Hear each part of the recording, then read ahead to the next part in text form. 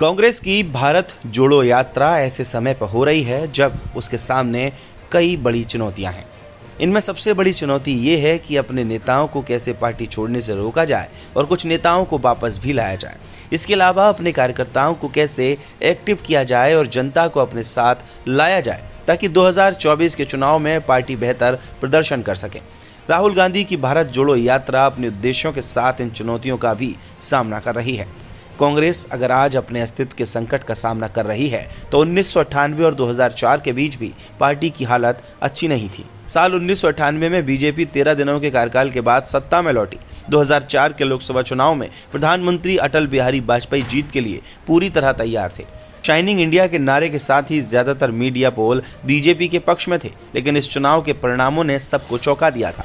BJP ने कहा कि ये एक ऐसा चुनाव था जिसमें विजेताओं को जीतने की उम्मीद नहीं थी और हमें हारने की। साल 2004 के चुनाव में कोई नहीं जानता था किस फैक्टर ने काम किया जो कांग्रेस को जीत मिली। ऐसी संभावनाएं जताई जा रही थी कि शायद एक नारा जो हरियाणा के सोनीपत में एक चुनावी रैली के दौरान आया था, उसने काम कर दिया, जो जल्द ही पार्टी का नारा बन गया। भारत चमक रहा है, लेकिन आम आदमी को क्या मिला? कांग्रेस की 1998 वाली ही हालत साल 2014 में होना शुरू हुई, जब नरेंद्र मोदी के नेतृत्व में बीजेपी की सरकार बनी। क्या राहुल गांधी की भारत जोड़ो यात्रा भारत की राजनीति में नया मोड़ दे सकती है? इस यात्रा ने कांग्रेस और उसके समर्थकों में मनोबल बढ़ाने की उम्मीद जगाई है, लेकिन क्या यह भावनाएं पार्टियों की चुनावी किस्मत में महत्वपूर्ण बदलाव ला सकती है?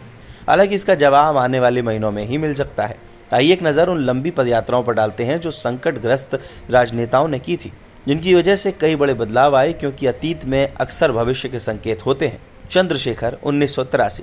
समाजवादी नेता चंद्रशेखर ने 1983 में राहुल गांधी की दादी और तत्कालीन प्रधानमंत्री इंदिरा गांधी के खिलाफ 4200 किलोमीटर की भारत यात्रा की, जो 3 साल पहले उनकी जनता पार्टी को हराकर सत्ता में लौटी थी। चंद्रशेखर लोगों का विश्वास वापस जीतना चाहते थे। कन्याकुमारी से दिल्ली तक अपनी 4 महीने की पदयात्रा के अंत में वे राष्ट्रीय राजनीति के केंद्र में आ गए। वे गुरुग्राम के भोंडसी में अपने आश्रम में थे जब उन्होंने इंदिरा गांधी की हत्या की खबर सुनी थी। साल 2003, जब आंध्र प्रदेश विभाजित नहीं हुआ था, उस समय कांग्रेस निराशाजनक थी। राज्य में तेलुगु देशम पार्टी यानी टीडीपी ने करीब 3 दशकों तक शासन किया था। प्रदेश कांग्रेस के नेता वाईएस राजशेखर रेड्डी ने सत्ता का रास्ता समझा। उन्होंने प्रजा प्रस्थानम नामक 2 महीने की पदयात्रा की। उन्होंने अपने चुनाव अभियान के हिस्से के रूप में राज्य के कई जिलों में भीषण गर्मी के महीनों में करीब 1500 किलोमीटर की पैदल यात्रा की। बड़े पैमाने पर जनसंपर्क कार्यक्रम ने लोकप्रिय भावनाओं को उलट दिया और चंद्रबाबू नायडू के नेतृत्व वाले टीडीपी के शासन को समाप्त कर दिया। साल 2004 में वाईएस राजशेखर रेड्डी की पदयात्रा ने चंद्रबाबू नायडू को हराया था। उसके बाद 2009 में भी उन्हें हार का सामना करना पड़ा। उसके बाद टीडीपी नेता नायडू ने भी साल 2013 में वही रणनीति अपनाई। नायडू ने 208 दिन की 2800 किलोमीटर की पदयात्रा की, जिसे वास्तुना मीकोसम का नाम दिया गया, यानी मैं आपके लिए आ रहा हूँ। इस यात्रा ने चंद्रबाबू नायडू को प्रदेश की राजनीति में पुनर्स्थापित किया। दिग्विजय सिंह साल 2017। कांग्रेस के सीनियर नेता और मध्य प्रदेश के पूर्व मुख्यमंत्री दिग्विजय सिंह ने साल 2017 में राज्य में नर्मदा नदी के किनारे 3300 किलोमीटर की यात्रा की। दिग्विजय ने इस परिक्रमा को पूरी तरह से गैर राजनीतिक बताया और कहा कि यह धार्मिक और आध्यात्मिक है, लेकिन यह स्पष्ट था कि 6 महीने की इस यात्रा में एक व्यापक जनसंपर्क कार्यक्रम था। बाद में साल 2018 के मध्य प्रदेश विधानसभा चुनाव में कांग्रेस ने बीजेपी को हराया और कमलनाथ मुख्यमंत्री बने, लेकिन बाद में ज्योतिरादित्य सिंधिया की बगावत ने बीजेपी को सत्ता दिला दी। खैर, दिग्विजय की इस यात्रा ने कांग्रेस को राज्य में पुनर्जीवित किया था और सत्ता दिलाई थी।